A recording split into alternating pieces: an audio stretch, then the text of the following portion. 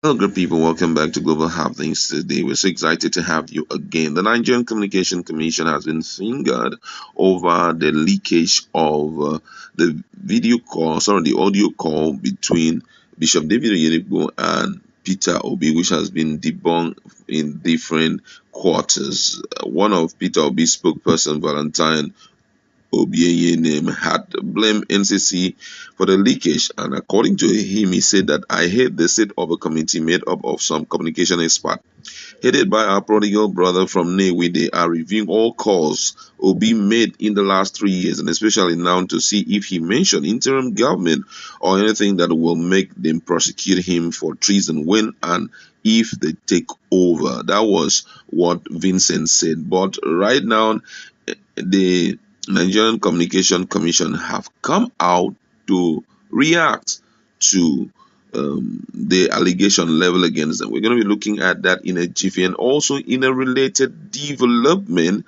one of APC Stalwart, who is incidentally a Southeasterner, has opened up that another audio is on the way, and according to him, he say it's quite an embarrassing audio, and it has still to do with Peter Obi. I don't know why they are doing all of this to him, but however, I know he has a tough skin to overlook all of this and still march forward. First of all, let's give you full details of what NCC had to say. According to the news, the Nigerian Communication Commission (NCC) has denied claims that it was behind the recent leakage of the telephone audio conversation between the General Overseer of Living Faith Church, Bishop David Oyedepo, and the candidate of Labour Party in the February 25th presidential election. Peter Obi's spokesperson Valentine Obieyeme had blamed NCC for the leakage of the audio in which the Labour Party presidential candidate was heard begging Oyedepo to campaign for him among Christians before the 2023 presidential elections. But in obvious response to the allegation, the NCC, in a statement by Ruben Moaka, its director, public affairs, denied the allegation, though it failed to make direct reference to Obi/Oyedepo leak audio file. NCC added that by the provision of the Act guiding its operation and other extant laws of the country, it does not and cannot track or leak telephone conversations of anybody. NCC, however, noted that it takes the allegation seriously and has reported it to relevant security agencies for proper investigation and necessary action. The Commission restate its commitment to discharge its responsibility to the Nigerian people in accordance with the provision of the Constitution of the Federal Republic of Nigeria, the NCA 2003, and other extant law of the Federation and global best practice. By the provision of the Nigerian Communication Act (NCA) 2003 and other extant law of the Federation, the Commission does not and cannot track nor leak telephone conversation of anybody. Now, in a related, the All Progressive Congress chieftain and special advisor to Lagos State Governor on Drainage Joe Ibukwe on Tuesday saying that another scandalous telephone conversation involving Obi was coming. According to him, he said, I heard with one ear that another unbelievable telephone conversation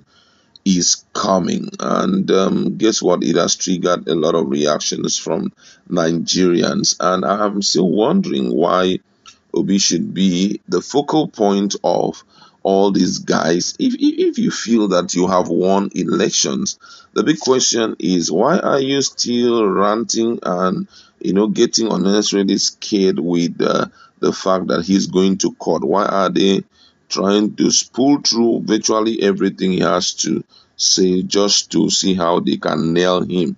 But already we know that Obi was expecting this, and he will be so careful not to make any kind of mistake that will, put him at a disadvantageous position. Obi is a smart dude, and I don't think that he can misbehave or do anything that will bring trouble to him. He knew that all of this is going to happen. Yeah, he knew it. I don't think that Obi is such a daft that he will not, give adequate care to all of this. We know that Obi is one person that has a deep understanding of this level of politics, and he must have prepared himself so much for it. Now, reactions came in. Someone here said, Chief, your party is reducing Nigerian day after day. You people should keep producing turbs and circulating rather than closing ranks. Some the vote of Obi, Atiku, and RMK, and tell me why you people are yet to understand that a larger population of Nigeria are now angry with the APC. The time for fen mending is now, and yet your party wants to divide Nigeria into pieces, and I wonder what you intend to govern. Even more worrisome is the fact that your party doesn't see Atiku anymore. Weeks after the election, Obi is still trending on a mess with the wrong person. Whoa. Another person here say, shameless Agbado warriors that should be hiding after all the notoriety of their principal and all the blunders they pervaded in the political space. Nigeria has never gotten this low because of entitlement and my turn desperation. Every atrocity committed to get to power is justified by them. Another person here say, don't you people have video recordings of this propaganda? Is it the only audio you have? Another person says, Obi has been silent since yesterday. Obviously, he knows he's in a big mess. I can bet there are more issues and despicable conversation from that camp. My brother, there is nothing like that. If we have to track virtually all the calls made thus far by the two parties, I know that APC will be washed up because already we've seen him or we've seen them talk. And I know that if on the social media they could say some of the things that they say, it therefore means their own would have been something else. Someone here says, he say, may you and your people continue to hear with one ear throughout your lives. This one said, this is unbelievable. I believe this time around is going to be with Pastor Enenche. My God, which one is with Pastor Enenche? I beg you, let's stop all of these and first fact.